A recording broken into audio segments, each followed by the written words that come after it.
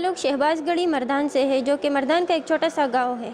ये scholarship Google की तरफ से होती है, जो कि वुमेन इन कंप्यूटर साइंस के लिए होती है, जिसके लिए लोग अप्लाई करते हैं और उनकी जो काबिलियत है उसकी बेस पर उसको सेलेक्ट किया जाता है। खैबर पख्तूनख्वा से तो सिर्फ मैं ही हूँ, और एक जो है सिंध के इलाके से एक लड़की को मिली है और एक पंजाब के इलाके से एक लड़की को मिली है। तो टोटल हम 3 लड़कियाँ ही पाकिस्तान से सेलेक्ट हुई है। स्कॉलरशिप का प्रोसेस जो है वो बहुत ही लंबा था। सबसे पहले हमने अपनी डिटेल्स वगैरह पुट करनी थी एप्लीकेशंस में। साथ में उन लोगों ने 1-2 ऐसे एसेस के बारे में पूछा कि आप लोग किस तरह एक क्रिटिकल प्रॉब्लम को सॉल्व कर सकते हैं। तो उस पर एक बहुत ही बड़ी ऐसे लिखनी होती थी। तो मैंने 2 एसेस थी, तो मैंने दोनों ही एसेस को लिखने में तकरीबन 2 हफ्ते का टाइम मैंने लिया था।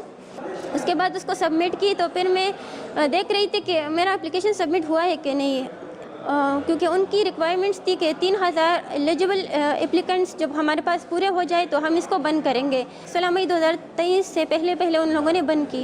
इसके बाद फिर 1 महीना गुजर गया।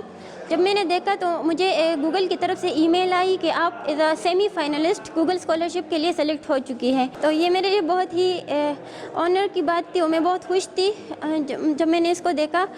तो उसके बाद उसके लिए कुछ रिक्वायरमेंट्स थी।